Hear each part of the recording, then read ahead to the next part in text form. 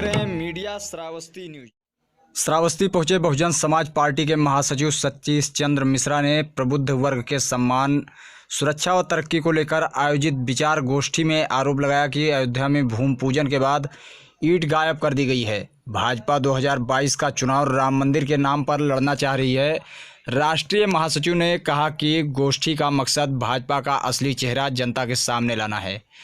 तय समय से लगभग 1.5 घंटे देरी से पहुंचे महासचिव राज्यसभा सांसद ने भाजपा व सपा को एक ही सिक्के के दो पहलू करार दिया है और आरोप लगाया है कि भाजपा सरकार में सबसे ज़्यादा अपमान ब्राह्मण समाज का हुआ है। उन्होंने ब्राह्मणों से एकजुट होकर बसपा के साथ खड़े होने का आह्वान किया है। उन्होंने कहा कि प्रदेश में आपराधिक घटनाएं बढ़ गई हैं, महिलाएं और बेटियां सुरक्षित नहीं हैं। प्रदेश में भाजपा सरकार आते ही ब्राह्मणों व दलितों का उत्पीड़न शुरू हो गया है। लखनऊ में हिंदू नेता कमलेश तिवारी की सरेआम हत्या कर दी गई। कानपुर के बिकरू कांड में विकास दुबे को गाड़ी पलटने की आड़ में मार दिया गया। हाथरस में दलित बालिका की दुष्कर्म के बाद हत्या कर दी गई। उन्होंने कहा भाजपा धर्म के नाम पर वोट लेना चाहती है और अधर्म करती है। भाजपा ने अयोध्या में राम मंदिर के नाम पर हजारों करोड़ रुपए चंदा बटोरा। ऐसे में अयोध्या को सोने की नगरी होनी चाहिए, लेकिन वहां कुछ नहीं हुआ। मिश्रा ने दावा किया कि बसपा सरकार में 23 नए जिले बनाए गए थे और तेजी से विकास हुआ था। उन्होंने वित्तविहीन शिक्षकों का पक्ष लेते हुए कहा कि भाजपा सरकार ने वोट लिया और बदले में सिर्फ धोखा दिया। आगामी चुनाव में बसपा ब्राह्मण समाज से कंधे से कंधा मिलाकर सरकार बनाएगी और सबको न्याय दिलाएगी। पूर्व मंत्री नकुल दुबे ने कहा कि 2022 में ब्राह्मण समाज का अपमान करने वाला उत्तराखंड या अपने मठ में चला जाएगा। उसकी शादी एक दिन पहले होती है, 30 तारीख को शादी होती है, उसका पहला दिन, और 1 तारीख को एक ही दिन हुआ था उसकी शादी के बाद।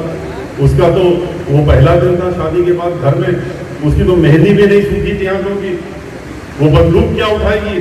और 2 तारीख को जब किस्सा होता है उसको भी उठा ले जाते हैं और उसको उठा ले आते हैं ज्ञात स्थान पर। पहले कहाँ रखा, क्या किया उसके साथ कुछ नहीं पता किसी को। जब शोर बचा तो उसको जेल में बंद कर दिया और उसके बाद उसकी बेल ना होने पाए इसके लिए हुक्म दिया गया लखनऊ से कि किसी भी हाथ में इसकी बेल नहीं होनी चाहिए। और इसलिए जब उसकी बेल उच्च न्यायालय में लगी तो वहां पर एक फर्जी सर्टिफिकेट बनवा करके लखनऊ के हुक्मरानों ने अपना वहां भिजवाने का काम किया। और उसमें लिखा क्या गया कि वहां पर 2 कमरे में 48 लड़कियां रहती हैं रिमांड होम में, जहां वो बंद है, और उसमें से खुशी दुबे भी वही बंद है।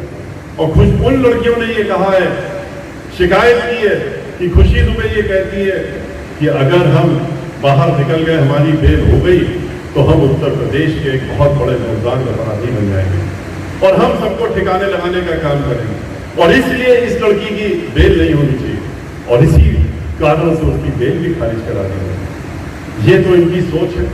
इतना ही नहीं, उसके तो पति को मार ही दिया था गोलियों से खुशी दुबे के।